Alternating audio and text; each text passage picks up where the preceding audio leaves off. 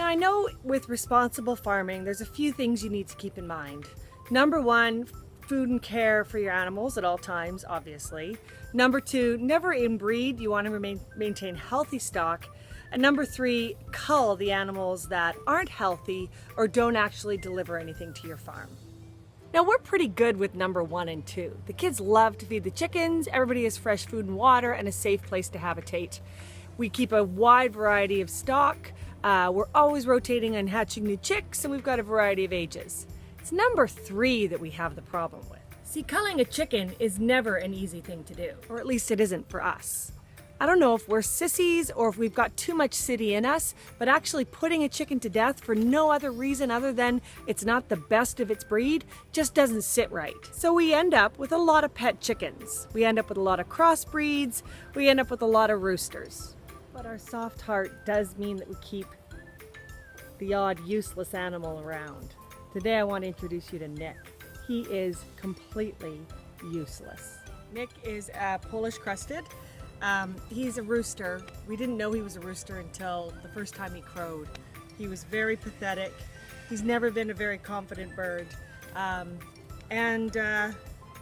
I would say he has little to no use on our farm.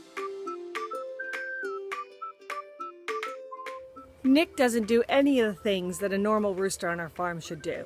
He doesn't warn the hens about danger. He doesn't help to feed and nurture them. He doesn't even mount the hens. Nick mostly spends time taking care of Nick. So one day when Nick was running down the meadow, he tripped and fell. And in the process, he ended up breaking his beak. And he broke it a little bit beyond the quick, but it did grow back quite nicely. As you can see, it is overgrowing because Nick's not really all that capable of keeping his beak trimmed. So we actually have to trim his beak for him, and we just use a pair of toenail clippers and a nail file, and we trim it right back down so he can eat and breathe. Nick's best course of defense is to hide. See, you can hardly see him in there among the trees.